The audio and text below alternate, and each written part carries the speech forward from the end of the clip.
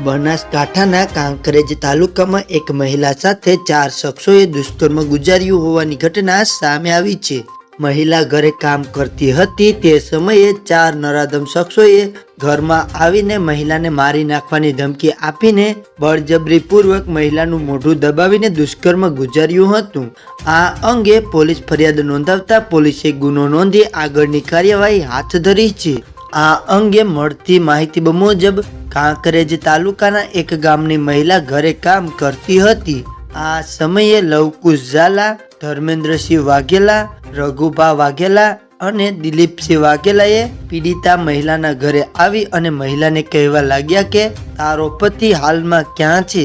આ સમયે મહિલાએ કહ્યું હતું, મારા પતિ હાલમાં જમીને બહાર ગયેલા છે। આ વાત કરતા નરાધમ શખ્સોએ એકલતાનો લાભ લઈ મહિલાને બળજબરીથી ઘરમાં લઈ ગયેલ અને દુષ્કર્મ ગુજાર્યું હતું। આ નરાધમ શખ્સોએ પીડિત મહિલાને જાનથી મારી નાખવાની ધમકી આપેલ અને કહ્યું હતું કે આ વાત કોઈને કરીશ તો અમે તને અહીંયા રહેવા નહીં દઈએ અને જાનથી મારી નાખીશું। જે બાદ પીડિત મહિલાએ આ બાબતે પોલીસ સ્ટેશનમાં ફરિયાદ નોંધાવતા પોલીસે ગુનો નોંધી તપાસ હાથ ધરી હતી। તો મિત્રો, અત્યારના સમાચારમાં હાલ બસ આટલું જ। હવે મળીએ એક નવા સમાચાર સાથે।